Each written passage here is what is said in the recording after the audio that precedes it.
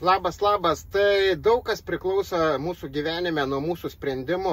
Ką mes priimam dabar, tą mes turėsim. Ką mes priimam anksčiau, tą mes turim dabar. Tai kaip tas mūsų kolega, jis negimė toksai. Jisai paprasčiausiai prieš 10-15 metų priėmė sprendimus, lengvesnius sprendimus, valgyti greitesnį maistą, kad pačiam nesiruošti, žiūrėti televizorių ir gerti greičiausią alų vietoj to, kad nueiti į salę ar nueiti pasivaikščioti.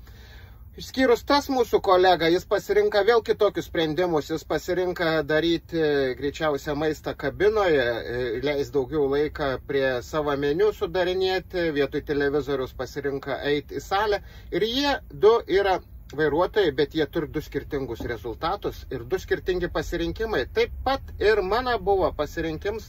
Galėjau aš būti toks pat, kaip ir toj nuotraukoje, bet aš padariau pasirinkimą, kad man gana reikia būti tokiam. Tai viskas priklauso, ką mes renkamės, tą mes ir turim. Čia 3 metų skirtums, tai ką tu pasirinksi dabar, tą tu turėsi po metų. Tai priimk gerus sprendimus dabar ir džiaukis rezultatais ateityje. Būk laimingas, kolega, ir rinkis gerus sprendimus, kad jie tavo gyvenimą keis ir jį darys laimingesnį, sveikesnį. Sėkmės!